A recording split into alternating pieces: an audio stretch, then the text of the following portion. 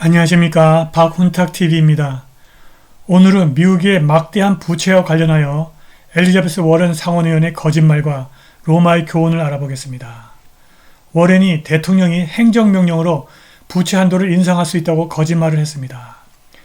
미국의 과도 정치가 로마처럼 렌티어 경제, 임차인 경제로 전락해서 안에서 붕괴하고 있습니다.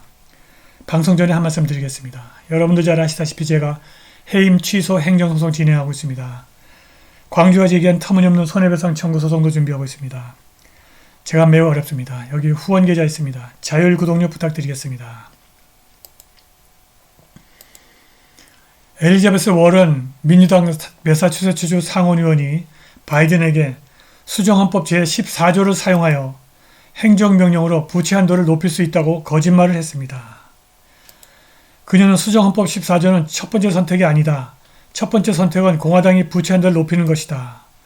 그러나 케빈 메카시가 미국을 벼랑으로 밀어붙이려 한다면 다른 길을 찾는 것이 대통령의 몫이다 라고 말했습니다. 전직 법학교수이자 상원의원으로 10년 이상 근무한 워렌은 현재의 부채 한도를 유지해도 채무 불이행이 발생하지 않는다는 사실을 거의 확실히 알고 있습니다. 그것은 정부에게 균형 예산을 운영하도록 강요할 뿐입니다. 그리고 워렌이 해야 할 일은 수정헌법 14조가 대통령에게 더 많은 부채를 만들기 위해서 그것을 사용할 수 있는 권한을 준 것은 아님을 배우는 것입니다. 부채 한도는 연방정부가 채용할 수 있는 금액을 제한하는 법률입니다. 현행 법이 규정한 부채 한도는 34조 4천억 달러라고 합니다. 의회가 법 개정을 거부하면 연방 부채가 34조 4천억 달러에 머물게 됩니다. 그 이상을 빌리는 것은 불법이고 정부는 현재의 세금 수입으로 부채 의무를 지불해야 하고 얼마든지 그렇게 할 수 있습니다. 정부의 세수는 이자 지급액의 약 8배에 달합니다. 부채 이자는 정부 세수의 약 13%에 불과합니다. 분명히 대부분의 정부 서비스를 유지하면서도 기존 부채를 갚을 수 있는 충분한 돈이 들어옵니다. 물론 연준은 예산의 다른 부분을 좀 줄여야 할 것입니다. 이러한 사실은 비밀이 아닙니다. 과거에도 종종 부채 한도에 도달했지만 채무 불이행은 없었습니다. 몇몇 연방시설을 폐쇄해서 부채 한도를 지켰습니다. 그럼에도 불구하고 미국이 새로운 부채 한도에 접근할 때마다 부도덕한 정치인들과 언론 선전가들은 미국이 디폴트 위험에 처해 있다고 주장합니다. 도대체 정치인과 언론들은 왜 이렇게 거짓말을 할까요? 그들은 엄청난 연방 지출이 실제로는 필요하지 않다는 것을 사람들이 알게 되는 것을 두려워합니다. 수정헌법 14조는 남북전쟁 직후 1868년에 비준되었습니다. 이 개정은 미래의 남부동맹주들이 의회를 지배하더라도 연방 남북 전쟁 부채를 존중하도록 만들기 위한 것이었습니다. 개정안은 5개 섹션으로 구성되는데 부채 한도 상황과 관련이 있는 것은 섹션 4와 섹션 5입니다. 섹션 4. 법에 의해 승인된 미국 공공부채의 유효성은 의문시되지 않는다. 섹션 5. 의회는 적절한 법률에 따라 이 조항을 집행할 권한이 있다. 섹션 4와 섹션 5의 내용에 주목하시기 바랍니다. 미국 공공부채의 타당성을 의심의 여지가 없습니다. 이는 연방정부가 저축채권 및 재무부 어음과 같은 부채 상환을 거부할 수 있는 구실을 사용할 수 없음을 의미합니다. 이 수정안은 의회에 채무 의무를 이행하기 위해서 법률을 통과시킬 수 있는 권한을 부여합니다. 이제 섹션 4와 섹션 5가 말하지 않는 것에 주목하시기 바랍니다. 이들은 정부가 기존 부채를 갚기 위해서 더 많이 빌려야 한다고 말하지 않습니다. 의회가 대출에 대한 법적인 제한을 변경해야 한다고 말하지 않습니다. 대통령에게는 의회에서 제정한 법률을 집행한 것 외에는 권한을 부여하지 않습니다. 다시 말해서 워렌의 주장과 달리 수정헌법 14조는 대통령이 행정명령으로 부채 한도를 올릴 권한을 언급하지 않습니다. 워렌 상원의원이 거짓말을 한 것입니다.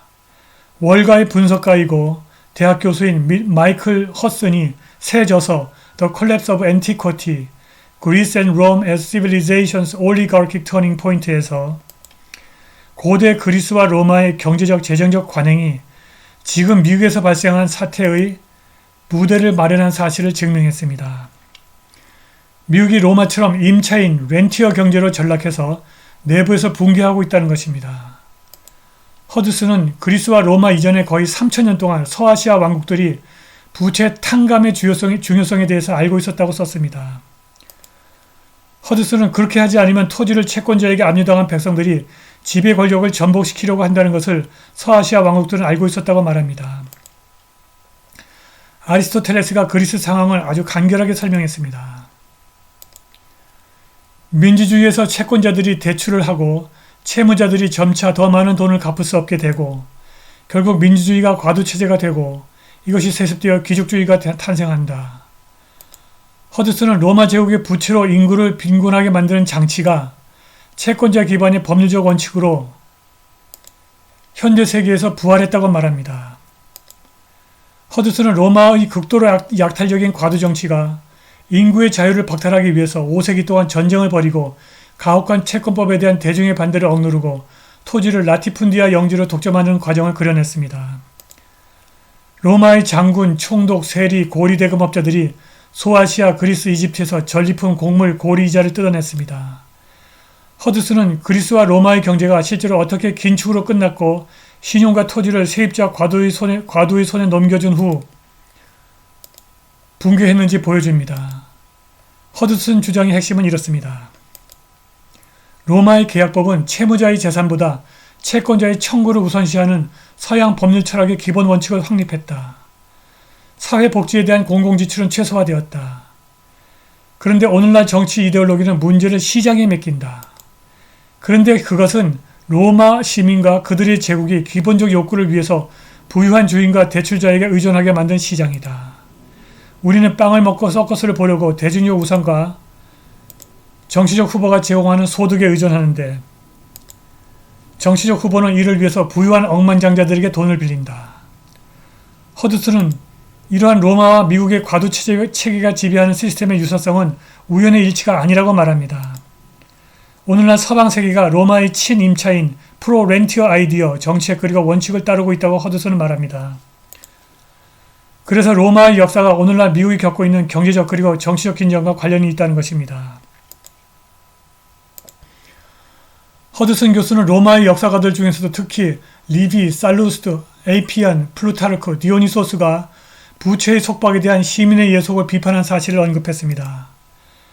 그리스의 시인과 철학자뿐만이 아니라 심지어 그리스 신전의 사제들까지 채권자의 탐욕에 대해서 경고했습니다.